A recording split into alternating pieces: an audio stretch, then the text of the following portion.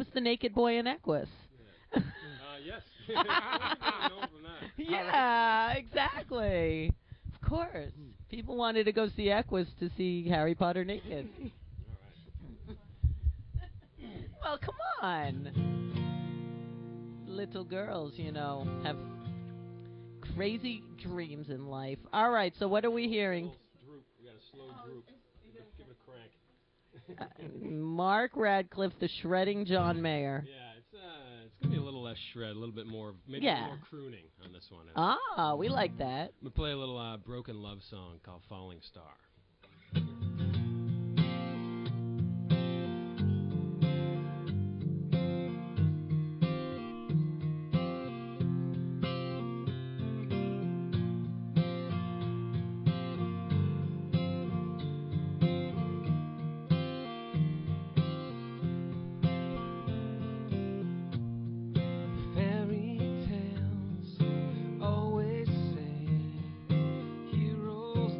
Never go astray. If I sail on, fingers crossed, maybe all's not lost.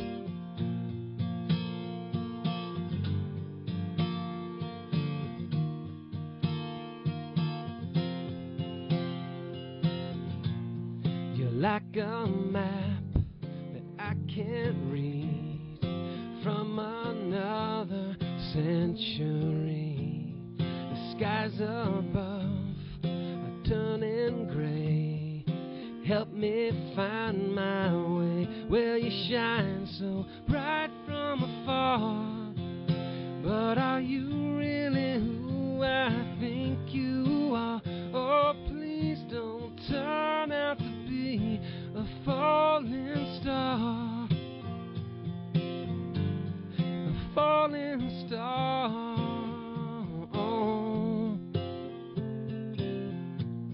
And so we play hide and seek, but I don't care for your technique, leaving me in the dark as we drift apart. Well, you shine so bright from afar, but are you really who I think you are?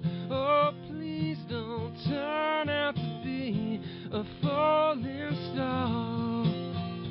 Oh, a falling star. A falling star.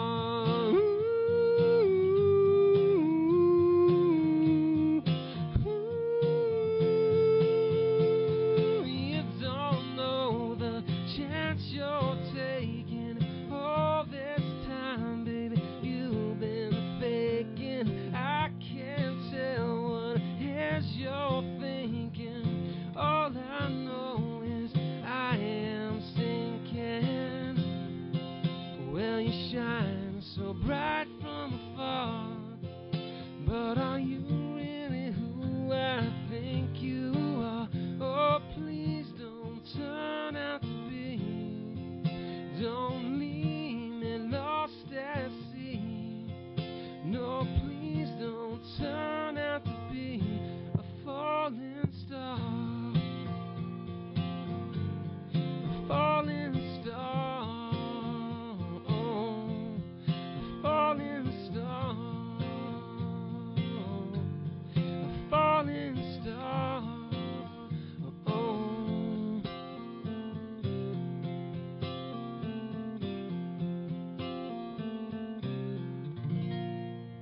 Aw, that was sweet. Now, we're going to have to spice you up a bit. We have a little segment on the show. We have a little segment that skeletons in my closet.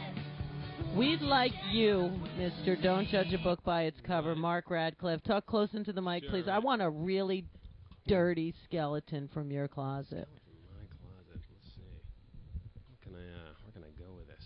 Yeah, go good. Because our skeletons today have been pretty lame, and we need a good skeleton because, that's how I get my oomph. Let's see. Talk about the murdering spree I went on. That might work. Or Do you know I did an interview yesterday with someone that gave me such a good skeleton, and then today they freaking emailed me and said, "Can you edit it out? We gave you two," and I'm pissed off. That pisses me off, and that's a skeleton for them to know. Like, they're like freaking rock and rollers. They gave me great skeletons in the dressing room backstage, and then today I wake up and it's like, "We thought about our skeleton. Can you edit it out?" Right. What are you, crazy?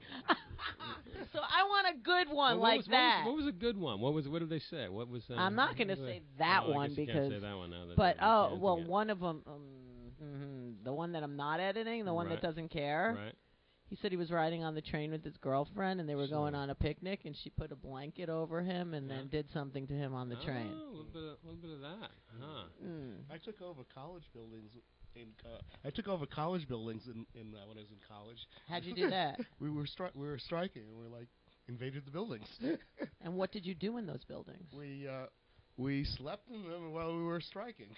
So you were like, what's that word? Like, what is it when you're like living in those apartments that you don't pay in? What's that word? There's squatting. You were no. This was the students and the teachers went on strike, and we took over buildings.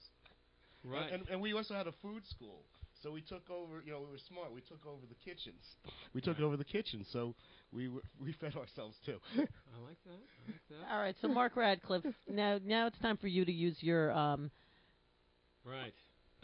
autobiographical imagination. Let's see what I'm trying to. Do you remember? Like, what's something your mother's not so proud of, or that you would never tell your mother? Oh boy. Let's see. I'm trying to think of something that's also kind of like New York based. It doesn't have to be New York based. It could be that thing you did in Maine. Did you break into people's houses? Right. There was a lot of sort of. There was a little bit of petty theft when I was a kid. I know. I know a lot of people up there break into people's country houses because those people don't go there a lot. I had this friend of mine who always we were this is how rebellious we were back in Maine. Our big theft was stealing Legos from the toy store. Wait a minute. How old were you? I think it might have been 7 or 8. I felt like a pretty big. Where was big this? Transgression growing up in Maine. I still think I got a juicier story. Yeah, that's not word. That does not fly with me, Mr. Radcliffe with an E. I used to be. I don't know how lascivious. Pretend you're John Mayer for 5 seconds and think of a good one. I'll start with this one. And all then right. I think there's probably something seedier than this. But I used to be We're a classy place up here. I used to be a waiter. I thought you were going to say you used to be a woman. No, a personal waiter. I used to be a waiter. That's my dirty secret. I'm so ashamed. It's awful, I know. Please forgive me. No, I used to be a personal waiter. We're just playing with you, well, this could be interesting. Okay. I used to be a personal waiter for Calvin Klein. Wow, that's pretty cool. So there were basically inside their corporate offices they have a lot of meetings and they work late and they have a lot of like the Singapore buying agents would come in and decide how many millions of X and Y they were going to buy and you mean like X like the drugs? Ecstasy, right. No, but various products. So there was a number of opportunities where I would be in a room where scantily clad models were walking around. Heroin chic looking models. And so